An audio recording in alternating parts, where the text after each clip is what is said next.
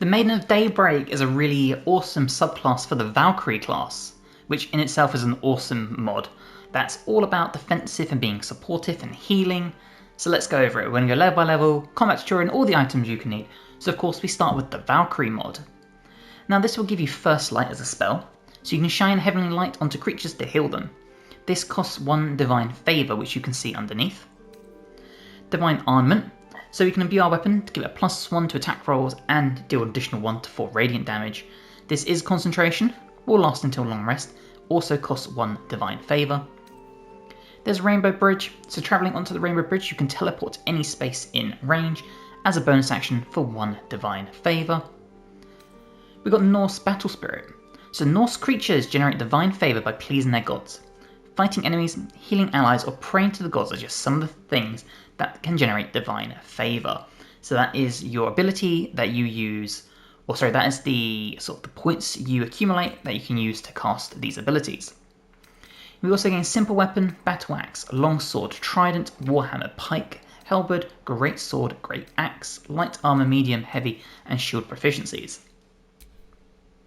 Now for your Aesir, you basically get to choose a god and you gain one of their abilities. I'm personally taking Heimdall's Rainbow Bridge, which you would have saw previously on the first page. There's lots of awesome options here. This one allows you to teleport to any space in range. World of Ice allows you to gain a +2 AC and advantage on Constitution saving throws as long as you are standing on ice. This also applies to your allies. This one allows you to see through any illusions and invisible objects. This one, you can unlock any locked object. This one allows you to generate more Divine Favour while in combat. This one gives you advantage on all skill checks. This one allows you to give allies Aurora Veil while in combat, and this essentially regenerates health equal to your level at the start of your turn. Hell's Rotting Present allows you to apply Burning Rot to enemies in melee range. This one allows you to cast Illusionary Tricks.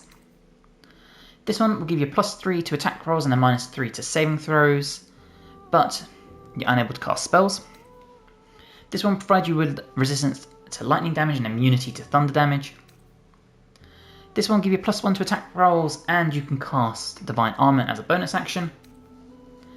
This one gives you the ability to become immune to effects that would move or incapacitate you. This one allows you to do the effects of Aurora Veil while in combat on yourself. This one allows you to inflict a target with a god's poison. So pick and choose one you really like here, but I do think being able to teleport is the best option. For your ability points, we're going to go 16 Strength, 10 Dexterity, 16 Constitution, 8 Intelligence, 14 Wisdom, 10 Charisma. For your proficiencies, take whatever fits your roleplay. Valkyrie level 2 brings Sundering Strike, so we can strike an enemy dealing 9 to 27 slashing damage. If we miss, we reduce their AC by 2, but if we hit, we increase the damage they take by 1d4. This lasts for 3 turns, costs 1 Divine Favour. This is a really broken skill, I think. 1 Divine Favour to be able to do this. If you hit, there's a good benefit. If you miss, there's a good benefit. Overall, a very solid skill. Valkyrie level 3 unlocks our specialisation. Now before this, we gain Heavenly Smite. So when we hit an enemy, we can call on Odin to smite them for an additional 2 to 8 radiant damage. We gain Valkyrie's Wings, I'm probably butchering the pronunciations, but bear with me, which means we can fly to a target position. And Valhalla create Enherj. So we can select a fallen ally and they will come back to life as an Enherja to keep on fighting. This being will die as soon as combat ends. This also costs 1 Divine Favour. And you can check out the subclasses here. So we are being the Maiden of Daybreak, but since this is the first look at this mod, I'll just go over them all. You've got the Maiden of Valhalla and the Maiden of War. The mod maker has very nicely put the kind of playstyle. So the Maiden of War is offensive, the Maiden of Valhalla is balanced, and the one we are doing, the Maiden of Daybreak, is defensive/support, which you'll see through a lot of healing capabilities. So this will give you Maiden of Daybreak as an ability. Nearby allies gain a +1 to saving throws, and you can cast First Light as a bonus action, which is a Divine Favour heal. A Valkyrie level 4 brings a First Feat. We gain Swift Descent, so our movement speed increased by 3 meters, and our jump distance is increased by 3 meters. And Brutal Swing. We can swing our weapon in a large arc to attack up to 3 enemies at once with 1 Divine Favour cost. For an ability improvement here, we are going to take this and bump our strength up to 18. Valkyrie level 5 brings Favoured by the Gods. So we've been blessed by the gods, we're immune to poison, diseases and being cursed. We gain extra attack and Norse ancestry. So we can use our ancestral knowledge to talk to a humanoid corpse to answer up to 5 questions. It's kind of like Speak with Dead. Doesn't work on undead, and skeletons and creatures killed by acid, fire, lightning, necrotic or radiant damage can't have a mouth to be able to talk to do this. A Valkyrie level 6 brings Purging Light. So as a bonus action and 1 divine favour, we can channel divine energy to remove all negative effects from ourselves or an ally. We also gain divine retribution, which means if we take an attack, we can retaliate for 2 to 20 radiant damage. Valkyrie level 7 brings Deny Life.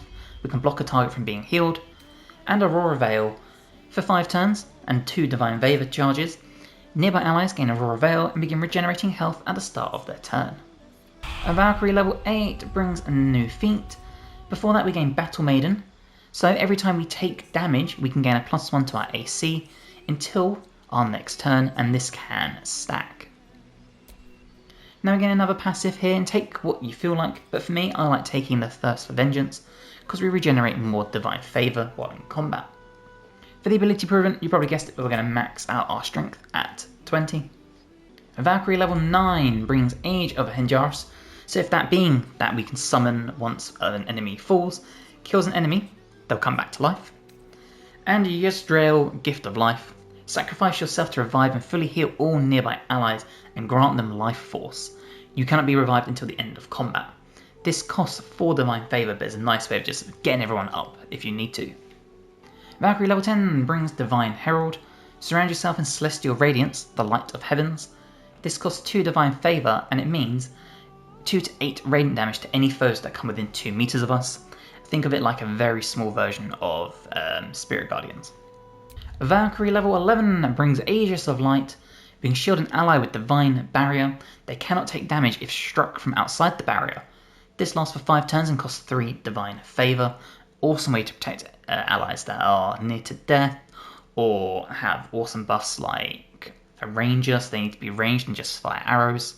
Lots of good capabilities here. Valkyrie level 12 brings our final feat, as well as Odin's Judgment Salvation. Once per long rest we can make an ally immune to damage, revive them first if they are dead. This lasts for 1 turn and costs 4 divine favour. For a feat here we're going to take Great Weapon Master, since we're using a 2-handed weapon. Means we cannot be critically hit. If we kill a target with a melee weapon attack, we can make another one as a bonus action that turn. And if we're proficient with a weapon, and we are, we can add 10 damage at the cost of a -5 attack roll penalty. Let's go over our equipment, and we start with the Helldusk Helmet. So we can see in magical and ordinary darkness up to 12 meters and cannot be blinded. We also have a +2 to our saving throws, and we cannot be critically hit. We're going to take the Cindermoth Cloak, as any creature that attacks within 2 meters will receive burning. The Black Guard Greaves give us Long Strider and Athletics +1. The Helldusk Armour. So when we succeed a saving throw, the caster will take burning for 3 turns. We're also resistant to fire damage and can't be burned, and take 3 less damage from all sources. I think this armour is perfect for being a tank on the battlefield, tying into this whole supportive defensive playstyle. We're going to take the Helldusk Gloves, +1 bonus to spell attack rolls and spell save DC, and our weapon attacks will do an additional 1 to 6 fire damage.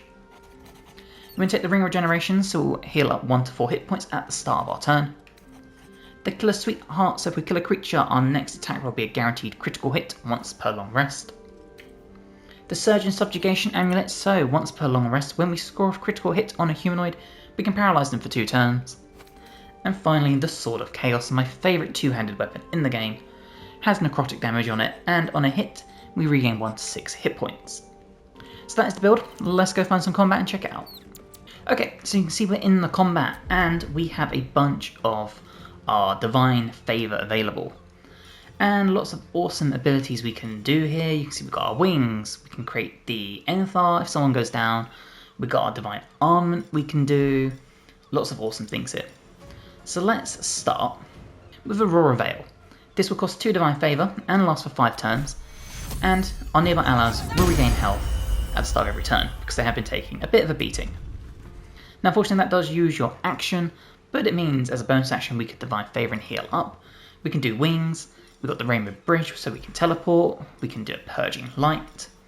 So let's help the healing capabilities, and we'll put this on Shadow Heart.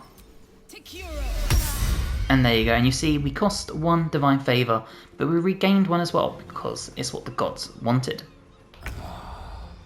And you see, right there we regained 12 hit points. You'll also see that we have Call for Peace, which means by being close to our Maiden, we have a +1 to saving throws. And you'll see everyone here healed up by being so close, so the Aurora Veil is a really powerful ability. Now, we have more stuff we can do, so we can spend an action if we wanted to boost our weapons, but I think the best thing for us to do is start dealing some damage. So let's do a Sundering Smite. This will again cost 1 Divine Favour. And you see a bunch of damage here, and for another Divine Favour, we can do Odin's Smite for additional damage. Just like that. And that actually only counts as a basic attack as well, which means we can follow it up with another Sundering Smite if we so choose. And we could do this on Skeeve here, for example. And again, we can spend another Smite, deal more damage. So we can use Smites to pump out a bunch of damage. We can use Smites to heal, we can use Favours to heal, and it's easy for us to regain them too. You'd also see we've weakened both enemies as well, meaning they take an extra 1d4 damage. And again, another heal there. You see, they took 6 fire damage for attacking us from so close, are burning, and we can once again come in here, and now we can start swinging if we want to. A lot of our abilities, though, do cost an action, though, so it is a bit of a downside. But if we want to do, we could do our Divine Herald and our Celestial Light. And there you go. Enemies close to us will now take damage, but again, that does count as your action. But if you wanted to, you could fly up with a Pommel Strike and just smack the enemy here, just like that. And we can do another Divine Favour and do another Odin's Smite if we want to. We won't though, we'll save our Divine Favours for now. You'll see more radiant damage taken then, and then the fire for attacking us. And the enemy burned up there dying. Now if we come in close to the enemy here, you'll see we do more radiant damage, and we can also come, if I can get around here, up into here, we can do some radiant damage to these guys, as well as do a brutal swing with a Divine Favour.